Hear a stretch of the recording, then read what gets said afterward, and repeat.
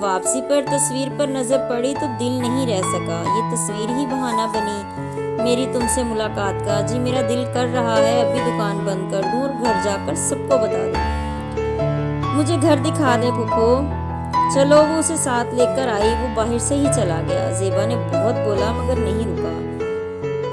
زیبا نے شوہر کو بتا دیا. وہ سن کر خاموش تھا. روزینہ پہ بھی گہری عجیب سی کیفیت تھی. وہ رات کا کھانا بنانے لگی. روزینہ اہتمام سے کھانا بنا رہی تھی. فریج میں سے سارا گوشت نکلوا چکی تھی. پھر 2-3 گھنٹے کے بعد بیل بجی. وہ کچن میں کام کر رہی تھی. بھاگ کر باہر گئی. رونے کی آوازیں آنے لگیں. روزینہ بھی باہر کی طرف لپکی تو گلی میں 2 کاریں کھڑی تھیں. وہ سب آنگن میں تھے اور اس کی ماں سے لپٹ کر رو رہے تھے. کافی لوگ تھے. اس کی خالائیں ماموں نانی بھی تھیں. سچ بات ہے خون تو خون ہوتا ہے. پھر سب اندر آ گئے.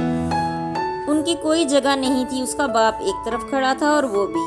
ان کی بیٹی چھینی تھی. خود کو آج چھوٹا محسوس کر رہا تھا مگر اکڑ ویسی کی ویسی ہی تھی. کسی نے اس سے ہاتھ تک نہیں ملایا. روزینہ نے خود آگے ہو کر سلام لیا. سب نے سرسری سا پیار دیا. اس نے محسوس کر لیا تھا شان بھی ساتھ ہی تھا. پھر روزینہ نے کھانے کا بولا. سب نے کہا نہیں تھوڑا سا تو کھا لے میرے ساتھ. پھر روزینہ نے ماں سے بولا کہ میں لگاتی ہوں کھانا. روزینہ تم دسترخوان نیچے ہی لگا لو. سب بیٹھ جائیں گے آرام سے. روزینہ نے کھانا لگا دیا. کھایا کس سے جانا تھا مگر سب بیٹھ گئے. سب کی نظر زیبا کی طرف تھی. وہ اسے ترسی ہوئی نظروں سے دیکھ رہے تھے. آج 22 سال کے بعد ان کی ملاقات ہو رہی تھی. وہ ایک بڑی فیملی کی ممبر تھی. پھر کھانا کھا کر سب اٹھ گئے. بھائی نے کہا چلو ہم تمہیں لینے آئے ہیں پھر آ جانا واپس کچھ دنوں کے بعد. وہ اٹھ کر اپنے روم میں چلی گئی. کپڑے چینج کر کے ان کے ساتھ چلی گئی. اس نے پوچھنا بھی گوارا نہیں کیا. بعد میں روزینہ نے سارا گھر سنبھالا. وہ سوچ رہی تھی ماں نے کتنے سال گزار دیے اتنے سارے لوگوں کے پیار کو چھوڑ کر ایک انسان کے لیے اور اس نے سوائے ذلت اور تکلیف کی کچھ بھی نہیں دیا. اس رات بھی اسے بھی نیند نہیں آئی. پھر 2-3 دن گزر گئے. وہ واپس نہیں آئی. روزینہ کو بھی گھبراہٹ ہو رہی تھی. پتہ نہیں زیبا اب کیا فیصلہ کرے گی. پھر وہ رات کو واپس آ گئی بہت سارے تحفے تحائف کے ساتھ. پھر وہ لوگ آنے جانے لگے. زیبا بھی چلی جاتی. روزینہ کے باپ سے کوئی بات بھی نہیں کرتا تھا. شان نے بھی اب پہلے والا رویہ بدل دیا تھا. اس کے بعد کوئی خط کوئی چیز نہیں دی تھی اور اب اس کی طرف دیکھتا بھی نہیں تھا. شاید اسے بھی پھپھو سے زیادہ پیار تھا یا ان کو ملنے والی تکلیف نے سب کو ہلا کر رکھ دیا تھا. نانا کی 1 سال پہلے ہی ڈیتھ ہو گئی تھی. 1 سال بعد ہی ڈیتھ ہو گئی تھی. نانی نے بہت مشکل وقت گزارا تھا. زیبا نے بتایا بہت کچھ. روزینہ کی ہمت ہی نہیں تھی ماں سے پوچھے کہ میرے لیے کیا سوچا ہے شان نے. وہ اپنی تعلیم مکمل کر رہی تھی اور پورا دھیان بھی ادھر ہی تھا. شان اپنی فیملی کے بغیر نہیں آتا تھا اور اکثر باہر سے ہی چلا جاتا. عید آنے والی تھی. پھر اکثر وہ لوگ افطاری ادھر کرتے اور کبھی سب کچھ لے کر آتے. زیبا کی عید آئی تو وہ سب کے لیے سب کچھ ہی لائے. روزینہ اور اس کے باپ کے کپڑے بھی تھے. پھر عید پر انہوں نے سب کو اپنے گھر کی دعوت دی. پھر ہم سب گئے. نانی کا گھر بہت اچھا تھا. ہر چیز سے مجھے محسوس ہوا کہ میری ماں نے کیسے وقت گزارا ہوگا. ان لوگوں نے بہت عزت دی. روزینہ کے والد شرمندہ تھے. انہوں نے زیبا کی ماں کے پیروں میں بیٹھ کر معافی مانگی. انہوں نے بھی معاف کر دیا. سب خوش تھے. پھر نانی نے ابا سے کہا میں اگلے ہفتے تم سے کچھ مانگنے آؤں گی. انکار مت کرنا. نہیں سب آپ کا ہے. میں کسی چیز سے منع نہیں کروں گا. سب خوش تھے. پھر ہم گھر واپس آ گئے. ابو کو بے چینی لگی تھی کہ وہ کیا بولیں گی. میں نے رات کو امی سے پوچھا تو وہ بولی شان کے لیے تیرا رشتہ مانگیں گے وہ لوگ. میری ہوئی ہے شان سے بات. میں نے بولا ہے صرف عزت کرنا ساری زندگی. کبھی گالی نہ دینا اور ہاتھ نہ اٹھانا میری بیٹی پر. اس نے وعدہ کیا ہے وہ کبھی بدسلوکی نہیں کرے گا. پر مجھے شادی نہیں کرنی ابھی نہیں کر رہے. تیری تعلیم مکمل ہونے کے بعد جب تو بولے گی تب.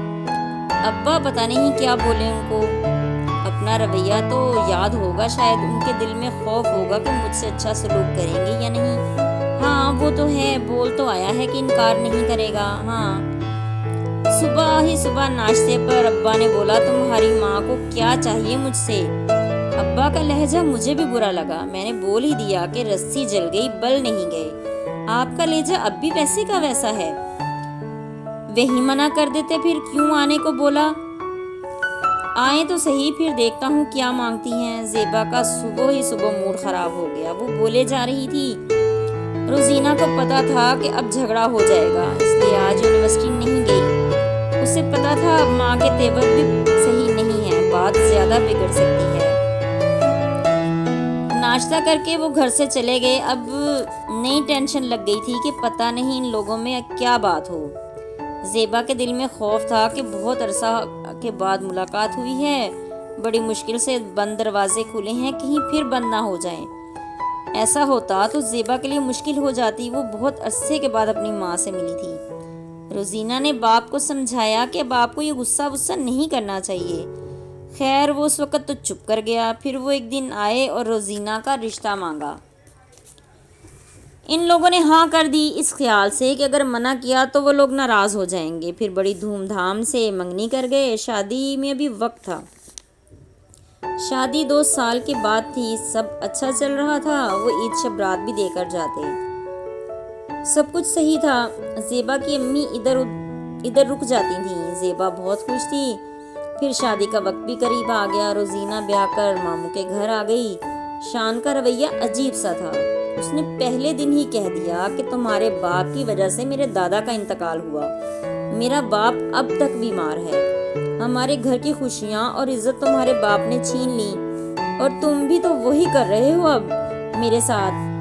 اگر میرے گھر والے نہ مانتے تو تم بھی ویسے ہی کرتے. تم سب مرد ایک سے ہوتے ہو. پہلے عورت کو بہکاتے ہو, جب وہ تمہارے پیچھے لگ جاتی ہے تو ذلیل کرتے ہو.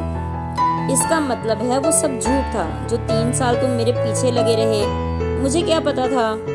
صحیح, اب تو 3-4 سال پہلے پتا لگ گیا تھا نا. پھر کیوں کی مجھ سے شادی؟ میں نے تمہاری منت تو نہیں کی تھی. تمہارے اس رویے سے میری ماں کو خوشی ہوگی جو تمہاری دادی کی ہی بیٹی ہے. ان کو تکلیف ہوگی تو تمہاری دادی کو بھی ہوگی. وہ خاموش کھڑا تھا. وہ چاہت سب دھوکا تھی. جو دھوکا میرے باپ نے تمہاری پھپھو کو دیا, تم نے پلٹ کر وہی مجھے دے دیا. کیا خوبصورت گفٹ ملا ہے آج مجھے شادی کے پہلے دن.